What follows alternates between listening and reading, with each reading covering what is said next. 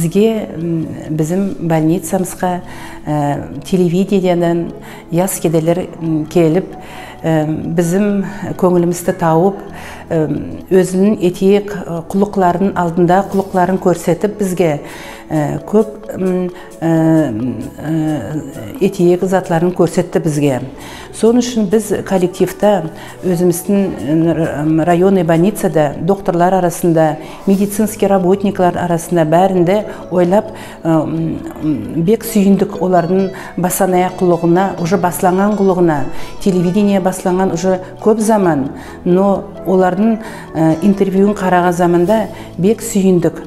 Сондайда ару олардың направлениясы, охваты, көп затларды олар етпеге сүйеді. Культура яқпеттен, история яқпеттен. Bizim ноғай тілімізді көп затларды біз білмейміз. Сосын ноғай тілімізді де балаларымыз бізден де артық білген сүйеділер. Сондайда, соның үшінде бүгінде мен океделерге сауал айтамын. Өздерін затыман, қиыныман, ноғай орысша айтса өзін энтузиазыман, олар шушы телевидениеде баслап ем көтеріп тұры. Біз бәрімізді ноғай елде яшап, өзіміздің ел бойынша яшағанларымыз, bizim халқымыз көтермейрекміз оларды. Оларға біз көмек етпейрекміз. Кім көмек етпейрек, біз көмек етпесек. Соншында бәрі яқпеттенде біз өзіміз yazılmarекміз олардың етіле тұрған құлықларына. Ол бір затта туыл. Нескеді біз ноғайлар табыламыз. Bizim ноғайларымыз бек тыпақлы, бек күшлі адамлар. Историяларын қарағанда олардың біз өзімізді оқимыз, көп затты білмейміз. Но bizim халықта ақылы халық болмаған историяда. Бар игі сөздер, бар тыпақлар, бәрді ноғайлардан кеткен басланында басы сөзі ноғайлардың басланы, потом переводе орысша олар даже переименовать еткендер. Соның ішінде мен өзім коллективтан, өзім детский отделениеде ішлеймін. Бәріміз өзім коллективнан үйораймын. Бұл кеделерге bizim телевиденияларды шүйтіп көтергеніне достар зат коллективқа үлкен үстімліклер, үлкен ел. Біз всегда дайымда сіздің яныңызда қолымыздан келген көмегімізді етерміз.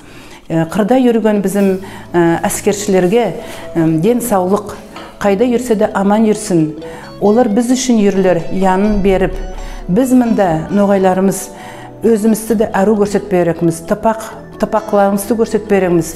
Өзіміздің сүйініп, ару құлығымызға ішлеп, елімізге, күнімізге ару болып, бәріңе де қолымыздан келген көмеклерімізді етіп, шүйтіп тұрмарекміз. Бәріңізге ден саулық, бәріңізге де Алла Тағала көмекші берсін. Келе жатырған байрамыңызбен.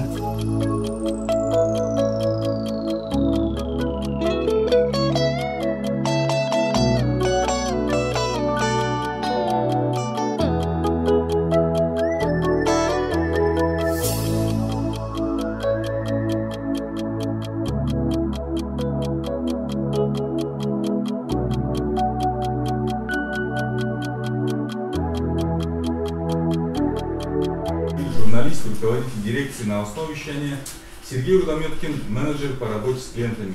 Это место свободно? Вот сейчас у нас Султан провел вот такую информацию, нам предоставил про наше ногайское телевидение. Было очень приятно, что вот такое наше нынешнее поколение не дает вымирать нашему ногайскому народу. Спасибо вам, конечно. Это для нас, для наших детей, для наших внуков. Действительно, вот приезжают внуки и разговаривают на русском. И вместе с ними мы тоже на русском разговариваем. А хотелось бы, чтобы дети хотя бы знали азы ногайского языка. Поддержим наших ребят. Вот наш информационный век, наверное, свою жизнь представить без гаджетов, без телевидения вообще невозможно. И то, что у нас теперь есть свое телевидение, интернет-телевидение, это большое достижение. Это заслуга этих креативных, инициативных ребят. Желаю этим ребятам много позитива, чтобы ваши репортажи имели захватывающий сюжет, чтобы ваши мультфильмы увлекали наших детей.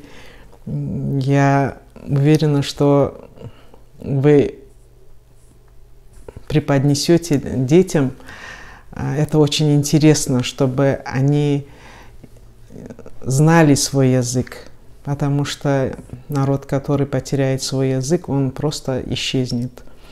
Дальнейших вам всем побед. Очень восхищаюсь вашей работой. Я всегда с вами. Мне очень понравилось ваше телевидение. Я действительно призываю вас, посмотрите, пообщайтесь, на месяц включитесь, а потом вы поймете, что вас затянет.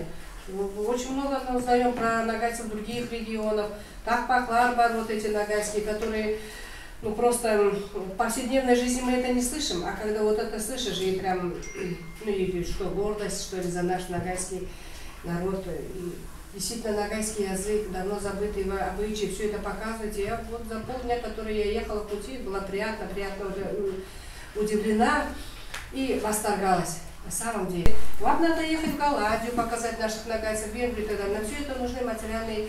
Вы просто сами, вы сами захотели это организовать. Это не какая-то государственная программа или что-то, это вы. И вот мы, народ, должны поддержать. Просто другого пути у нас нет.